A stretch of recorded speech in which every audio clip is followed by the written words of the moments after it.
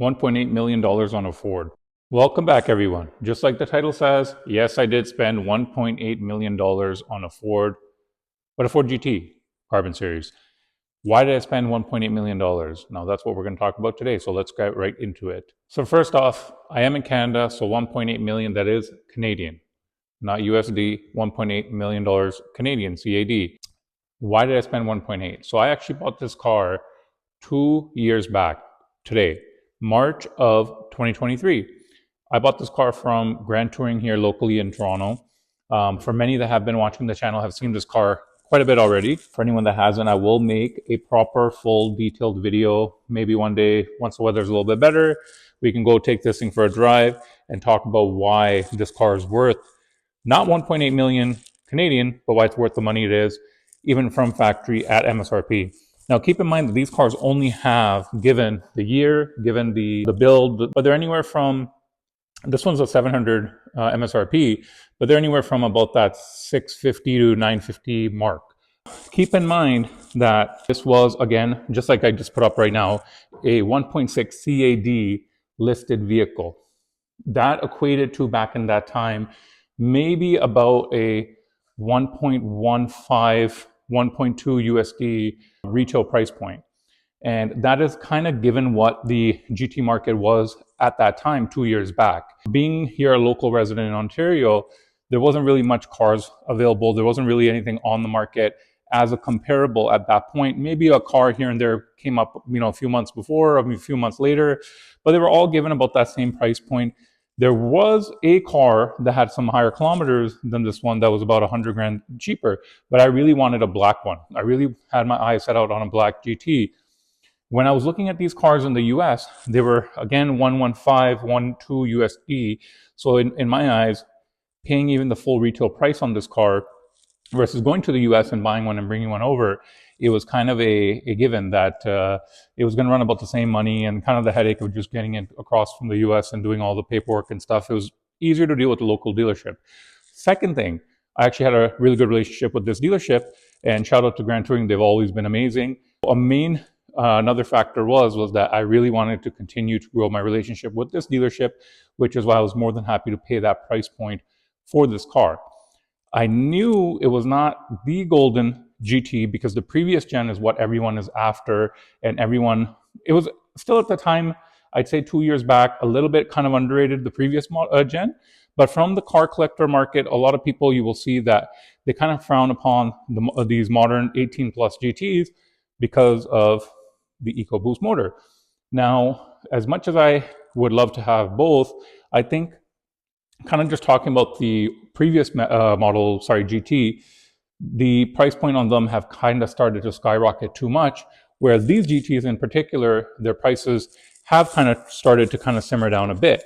So the given market today, the only advantage being that the US dollar is stronger today, their USD around the million US mark.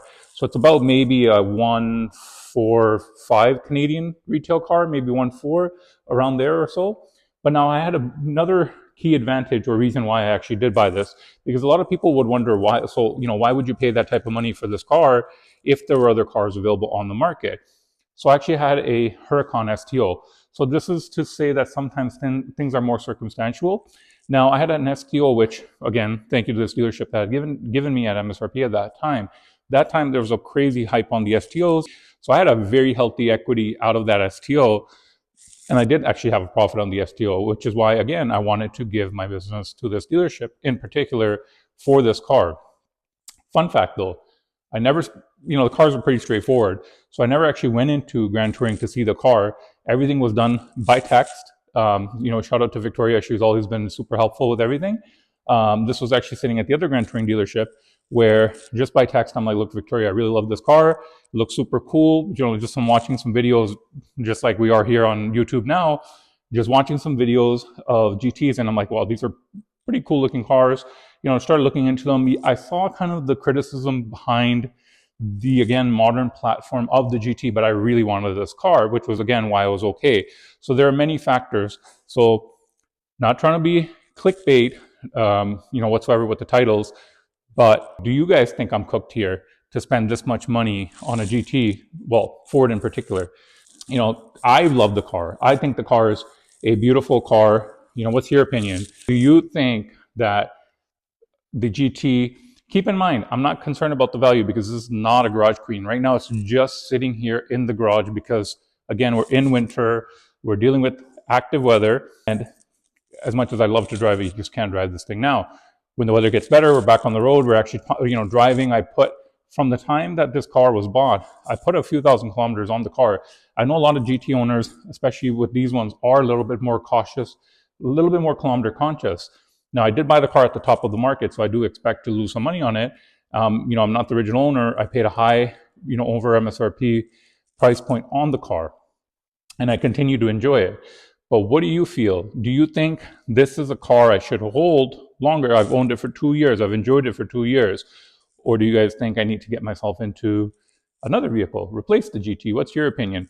I think today's given market, maybe I'll lose a couple of $100,000. Maybe I'll lose 200 grand, maybe 250 on this, which is okay, which is understandable. But what other cars are there in that kind of price point? If this is a $1 USD kind of retail market price point, and the dollar is a huge advantage right now because we're at a 0.4142 exchange rate, which is a little bit over 1.4 Canadian.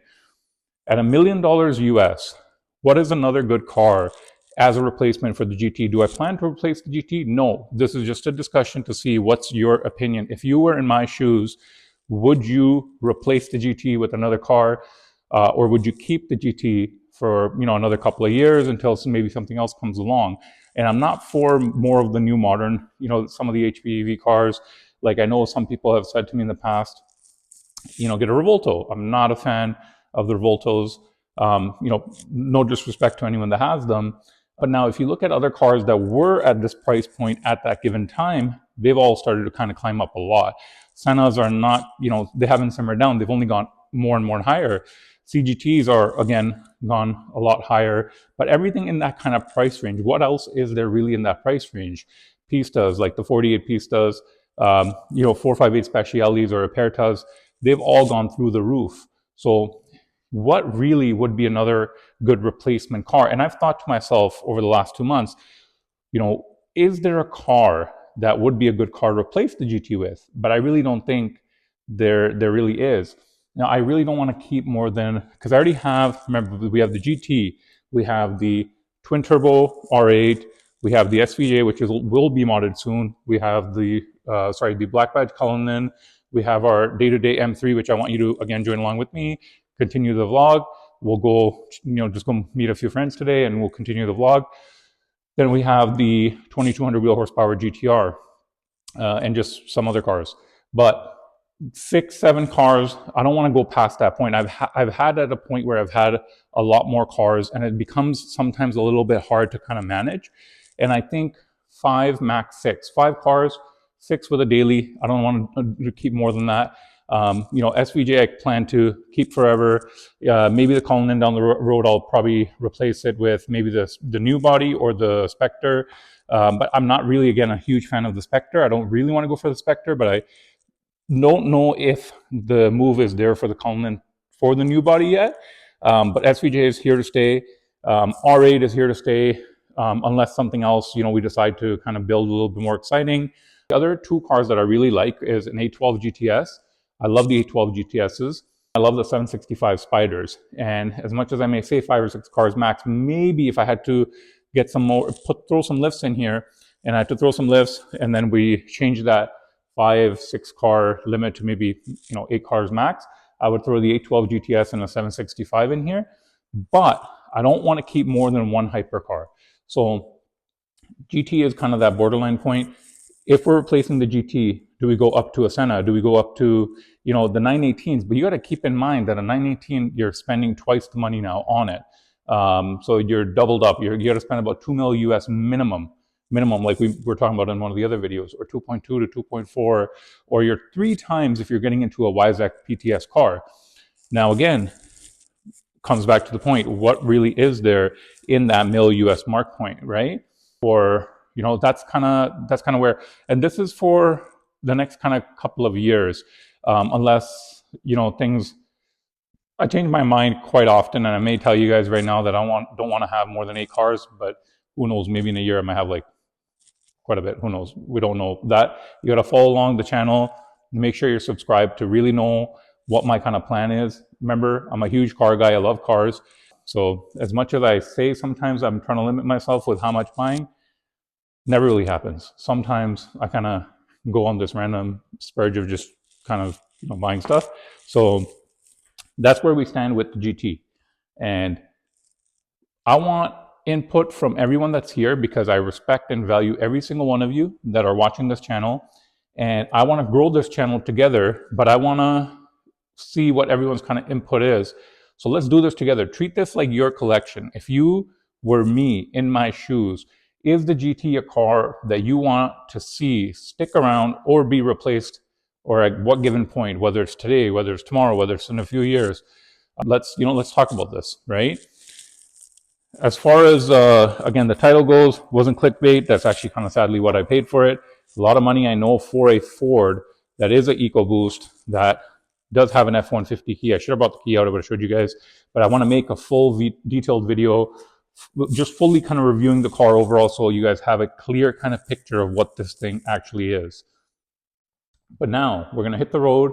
Got to go quickly meet a friend, see if maybe we check out some of his cars there on site, and then continue on with the vlog. We should actually make a comparison video as well of the current model versus the previous model. If you're in the market for a GT and you are open to either or, I would really say now is still kind of a good time to get yourself into the previous gen. They're continuing to climb, and I think at some point they are going to get substantially expensive. So if you can get your hands on one now and you're a car collector, get yourself into one ASAP. And will I add one? Again, stick around, see. The right bill comes along, again, might just have to get another lift in here. Maybe lift, and change that whole 6-car to 8-car setup. But again, you guys got to follow, subscribe to see kind of what really goes on with the channel. And remember, if you love cars, no regrets, buy what you want, drive what you want, don't turn them into garage queens. Now we're just going to hop into the M3, take the M3. It did snow again yesterday, so take the M3 and we're going to head out. Follow along. Let's vlog and talk. All right, so we're in the M3 on the way to quickly just finish a few things in the city, and then we will head back. But let's see. Just stopping by someone I know, they have a dealership, local dealership here too. So I just had to quickly pick something up. But let's see if he's got anything cool in the showroom and at his place today. Sometimes he does. His personal car is pretty cool. He has a Senna as well, a black Senna. So let's see, you never know. On the bright side, at least we got some nice, I wouldn't say nice day, but like, better than kind of the other all snowy, windy days. As usual, got my coffee and on the road. Actually literally like poked myself and like right there. So I just keep getting distracted every time when I'm trying to make a video. I just keep looking at right there, poke mark. We got another maybe max month of this kind of cold, snowy, not so fun weather. And then I'm looking forward to seeing, just kind of what kind of events we have in the city. We'll have a lot of cruises, a lot of drives, a lot kind of going on in the city. And a big one is Strata. So for anyone who's local, you know what Strata is. Make sure you guys make it up to Strata. We're gonna, as usual, come full force with the whole crew, with a lot of cars, as we always do. So we have a big group, a lot of guys, a lot of cars, and I'm sure this year is going to be a pretty crazy year as well. New 4x4 squared.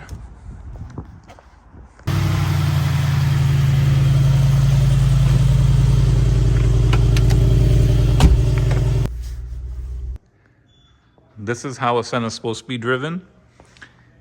While most of them sit around and just kind of collect dust, this one's actually being put to use. This actually makes me feel kind of a little bit like the GT. As much as I say it's just sitting around and it shouldn't be driven in winter, I kind of feel like I don't even know what I want to say here, but yeah, you guys know what I mean. But this is a daily driven Senna. By me. by him. By Ricky Nawab. Beautiful spec, has all the blue accents. And of course with the harnesses and everything. Right? Really not much to say about Sennas. Everyone, pretty much knows them. They're straightforward, crazy track cars.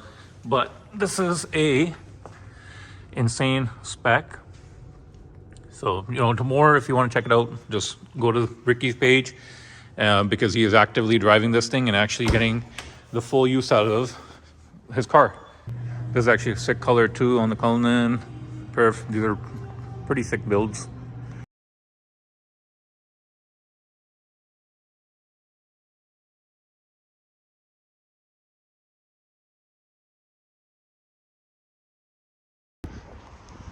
Well, definitely that truck is way better fit for winter than the M3.